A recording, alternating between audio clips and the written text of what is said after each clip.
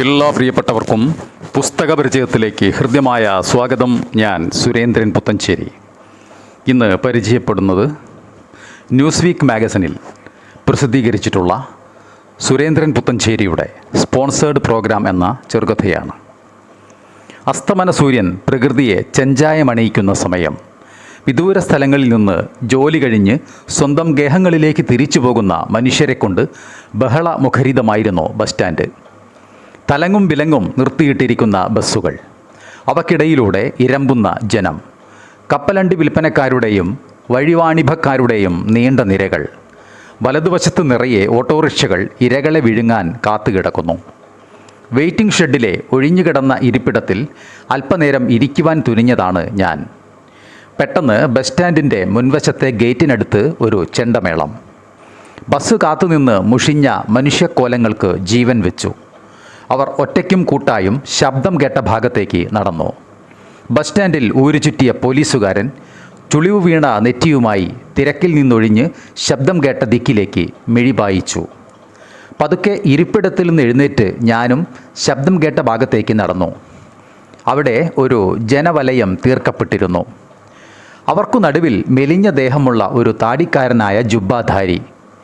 അയാൾ തൻ്റെ ഇടതു തോളിൽ തൂക്കിയിട്ടിരിക്കുന്ന ചെണ്ടയിൽ ആഞ്ഞു കൊട്ടുകയാണ്. ഉദ്വേഗം നാമ്പിട്ട മിഴിയുമായി നിൽക്കുകയാണ് ജനക്കൂട്ടം. തനിക്ക് ചുറ്റും ഒരു വലിയ ജനസഞ്ചയമുണ്ടെന്ന് കണ്ടപ്പോൾ ആ മനുഷ്യൻ കൊട്ടു നിർത്തി. തൻ്റെ നീണ്ട താടി രോമങ്ങൾ ഒഴിഞ്ഞുകൊണ്ട് അയാൾ പറഞ്ഞു, സുഹൃത്തുക്കളെ, ഞാനൊരു സഞ്ചാരിയാണ്. കുറേ കാലം ഹരിദ്വാരിലായിരുന്നു. ഞാൻ നിങ്ങളുടെ മുന്നിൽ ചില അത്ഭുത വിദ്യകൾ കാട്ടുവാൻ പോവുകയാണ്. തികച്ചും ഒരു സ്പോൺസേഡ് പ്രോഗ്രാം.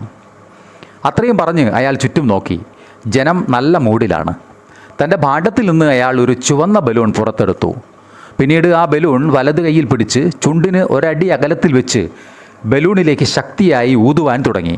അത്ഭുതം, ബലൂൺ വീർത്തു വരുന്നു. ബലൂൺ പൂർണ്ണമായും വീർത്തു വരുമ്പോഴും അയാൾ ഊതിക്കൊണ്ടേയിരുന്നു. പെട്ടെന്ന് ബലൂൺ ഒരു വലിയ ശബ്ദത്തോടെ പൊട്ടിച്ചിതറി. ജനക്കൂട്ടം ആർത്തു ചിരിച്ചു. ഇതാണ് സുഹൃത്തുക്കളെ മനുഷ്യജീവിതം. വളർന്ന് വളർന്ന് വലിയ നിലയിലെത്തിക്കഴിഞ്ഞാൽ പൊട്ടിത്തകരുന്നു. ആ തകർച്ച കണ്ട നാം പൊട്ടിച്ചിരിക്കുന്നു. അയാൾ ഒരു വേദാന്തിയെപ്പോലെ ഉദ്ഘോഷിച്ചു. അടുത്ത ഇനത്തിനു വേണ്ടി അതിശയത്തോടെ കാത്തുനിന്ന ജനക്കൂട്ടത്തെ നോക്കി അയാൾ പറഞ്ഞു, ഞാൻ നിങ്ങളിൽ നിന്നും ഒരു പ്രതിഫലവും ഉദ്ദേശിക്കുന്നില്ല. നിങ്ങളുടെ സന്തോഷമാണ് എൻ്റെ സംതൃപ്തി. അത്രയും പറഞ്ഞ് അയാൾ തൻ്റെ ജുബ്ബയുടെ കീശയിൽ നിന്ന് ഒരു 10 രൂപ നോട്ടെടുത്തു. അതിനു മുകളിൽ അയാൾ ഒരു ദ്രാവകം പുരട്ടി. പിന്നീട് ഒരു സിഗർ ലൈറ്റർ അതിന് നേർക്ക് കത്തിച്ചു പിടിച്ചു. ആ നോട്ടിലൂടെ തീ ആളിക്കത്തി. നോട്ടിന് യാതൊന്നും സംഭവിച്ചില്ല. നോക്കൂ, ഉറച്ച മനസ്സ് ഇങ്ങനെയാണ്. ഒരു ശക്തിക്കും അതിനെ നശിപ്പിക്കാനാവില്ല. അയാൾ മൊഴിഞ്ഞു. പിന്നീട് അയാൾ ഒരു കറുത്ത ദ്രാവകം നിറച്ച കുപ്പി പുറത്തെടുത്ത് ആ കറുത്ത ദ്രാവകം നോട്ടിൽ പുരട്ടി. നോട്ടാകെ കറുത്തുപോയി. ഈ നോട്ടിൽ ഞാൻ പുരട്ടിയത് ഒരുതരം മാരകമായ പോയിസനാണ്. അത്രയും പറഞ്ഞ് അയാൾ ആ നോട്ട് ബീഡി തെറുക്കുന്ന പോലെ തെറുത്തു. ഒടുക്കം അതിൻ്റെ ഒരറ്റത്ത് ഒരു തീപ്പെട്ടിക്കോൽ തിരികെ വെച്ചു. ഈ ജനക്കൂട്ടത്തിൽ നിന്ന് ഒരു ധൈര്യശാലി മുന്നോട്ട് വരൂ, അയാൾ ഉറക്കെ വിളിച്ചു പറഞ്ഞു. പെട്ടെന്ന് ഒരു കോളേജ് വിദ്യാർത്ഥി മുന്നോട്ട് കയറി നിന്നു. അവനെ ഒന്ന് സൂക്ഷിച്ചു നോക്കിയ ശേഷം അയാൾ നോട്ട് അവൻ്റെ കയ്യിൽ ഏൽപ്പിച്ചു. പിന്നീട് അയാൾ വാട്ടർ ബോട്ടിലിൽ നിന്ന് ഒരല്പം വെള്ളം ആ നോട്ടിന് മുകളിൽ ഒഴിച്ചു. നോട്ടിൽ പുരണ്ട കറുപ്പു നിറം അതേപടി നിലനിൽക്കുന്നു. വെറും വെള്ളത്തിന് ഈ വിഷത്തെ നശിപ്പിക്കുവാനാവില്ല. ഇതാ നോക്കൂ, ഇത് ഒരുതരം വെളുത്ത പൊടിയാണ്. അത്രയും പറഞ്ഞ് അയാൾ ഒരു പ്ലാസ്റ്റിക് ഡപ്പിയിൽ നിന്നും കുറച്ച് വെളുത്ത പൊടി വായിലിട്ടു. പിന്നീട് അയാൾ അല്പം വെള്ളം ഉപയോഗിച്ച് വായ കഴുകി. നോക്കൂ സുഹൃത്തുക്കളെ, ഞാൻ ചില രാത്രികളിൽ ഉറങ്ങാറില്ല. എന്താണെന്നോ, നശിച്ച പല്ലുവേദന തന്നെ കാരണം. അപ്പോഴാണ് ഞാൻ ഈ വെളുത്ത പൊടിയെ പരിചയപ്പെടുന്നത്. ഇതല്പം വായിലിട്ട് വായ കഴുകിയാൽ വായിലെ കൃമികീടങ്ങൾ നശിക്കും. അത്രയും പറഞ്ഞ് അയാൾ കറുത്ത പോയിസൺ ആ വിദ്യാർത്ഥിയുടെ ഷർട്ടിൽ പുരട്ടി. ഇയാൾ ഇവിടെ നിന്ന് രക്ഷപ്പെടാൻ പാടില്ല. അതുകൊണ്ടാണ് ഞാൻ ഒരു തിരിച്ചറിവിന് വേണ്ടി അടയാളം വെച്ചത്. പിന്നീട് അയാൾ അതേ പോയിസൺ തൻ്റെ ജുബ്ബയിലും പുരട്ടി. ഉദ്വേഗത്തോടെ തരിച്ചു നിൽക്കുകയാണ് ജനക്കൂട്ടം. ഇതാ നോക്കൂ, ഈ വെളുത്ത പൊടി ഒരു ആയുർവേദ മരുന്നാണ്. ഹിമാലയ സാനുക്കളിൽ മാത്രം കാണുന്ന ഒരു ചെടിയുടെ കായ പൊടിച്ചുണ്ടാക്കിയതാണ് ഇത്. അയാൾ ആ വെളുത്ത പൊടി ഉടൻ തന്നെ തൻ്റെ ജുബ്ബയിലെ പോയിസൺ പുരട്ടിയ ഭാഗത്ത് ഉരസി. അത്ഭുതം, കറുത്ത ദ്രാവകം ഇളകിപ്പോകുന്നു. നിങ്ങൾ കരുതുന്നുണ്ടാകും ഞാനൊരു സോപ്പ് കമ്പനിയുടെ ഏജൻ്റാണെന്ന്. പക്ഷേ നിങ്ങൾക്ക് തെറ്റി. നിങ്ങളിൽ ആർക്കെങ്കിലും പല്ലുവേദനയുണ്ടെങ്കിൽ ഈ പൊടി പരീക്ഷിച്ച് നോക്കാം.